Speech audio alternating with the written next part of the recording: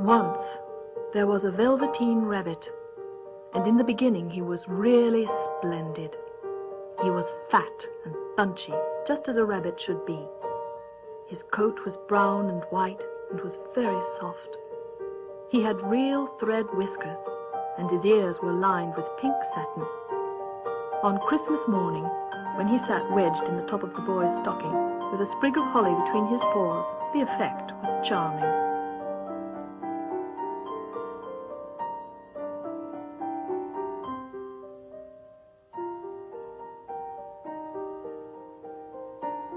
Of course, there were other toys that Christmas, nuts and oranges and a toy engine, and chocolate almonds and a clockwork mouse.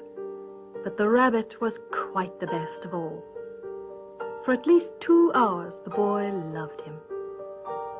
And then aunts and uncles came to dinner, and there was a great rustling of tissue paper and unwrapping of parcels, and in the excitement of looking at all the new presents, the Velveteen Rabbit was forgotten.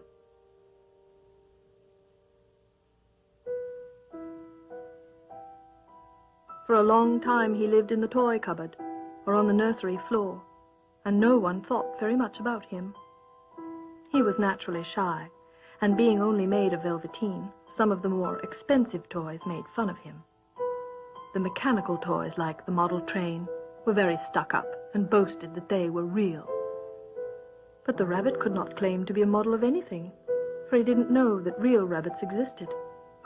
He thought they were all stuffed with sawdust, like himself, and he understood that sawdust was quite out of date. Even Timothy, the jointed wooden lion, who was made by disabled soldiers and should have had broader views, put on airs. Between them all, the poor little rabbit was made to feel very insignificant and commonplace, and the only person who was kind to him at all was the skin horse. The skin horse had lived longer in the nursery than any of the others. He was so old that his brown coat was bald in patches and showed the seams underneath, and most of the hairs in his tail had been pulled out to string bead necklaces. He was wise, for he had seen a long succession of mechanical toys arrive to boast and swagger, and by break their mainsprings and pass away. He knew that they were only toys, and would never turn into anything else. For nursery magic is very strange and wonderful, and only those playthings that are old and wise and experienced, like the skin horse, understand all about it. "What is real?" asked the rabbit one day. "Does it mean having things that buzz inside you and a stick-out handle?" "Real isn't how you are made," said the skin horse. "It's a thing that happens to you. When a child loves you for a long, long time, not just to play with, but really loves you, then you become real." "Does it hurt?" Sometimes," for he was always truthful. "When you are real, you don't mind being hurt." "Does it happen all at once, like being wound up, or bit by bit?" "It doesn't happen all at once. You become.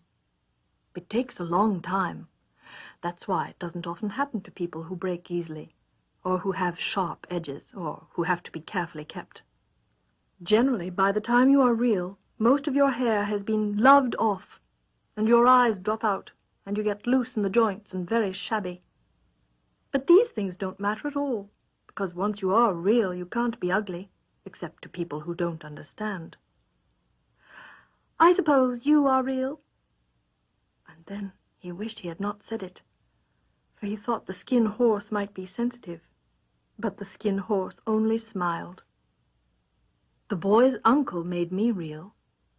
That was a great many years ago. But once you are real, you can't become unreal again.